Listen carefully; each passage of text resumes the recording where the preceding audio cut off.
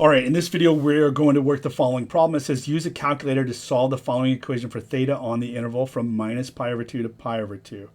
And the cosecant of theta equals 7.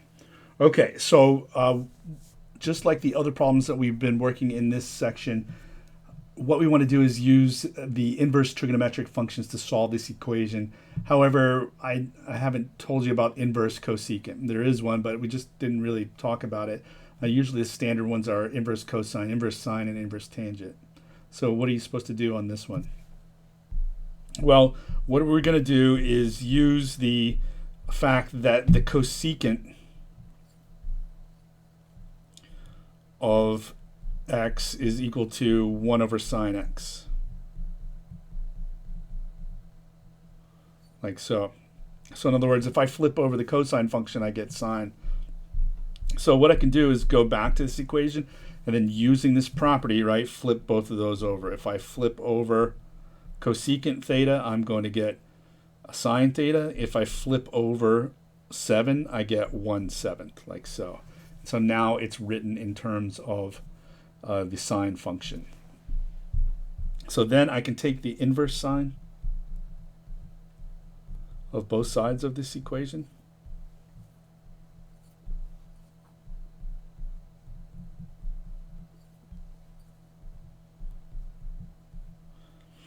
Okay. And over on the left-hand side, what I get is just theta, right? That goes back to these properties that we talked about before for the inverse sine, right? As long as you're between minus pi over 2 and pi over 2, the inverse sine of the sine of x will just equal to x. So that's the property that I am using right here. So over on this side, I get theta, okay? And next up, I would go to the calculator. All right, and so now here you can see that they said find the solution, solve the following equation in this interval from minus pi over 2 to pi over 2. Okay, and so what we would do, that minus pi over 2 to pi over 2 is in radians. So they want the answer in radians. So what we would need to do is to go and put our calculator in radian mode, like so. And then we can do inverse sine 1/7.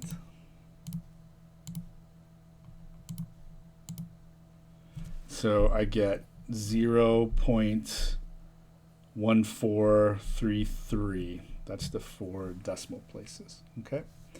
That answer is in the range from minus pi over 2 to pi over 2 that we want. And so it's a little bit harder to see with radians, but if you just calculate out what pi over 2 is equal to, so pi over 2 is equal to 1.57. So this would be, they want the answer from minus 1.57 to 1.57, and this number is certainly in that interval, okay, in that range. So that is our answer on this one.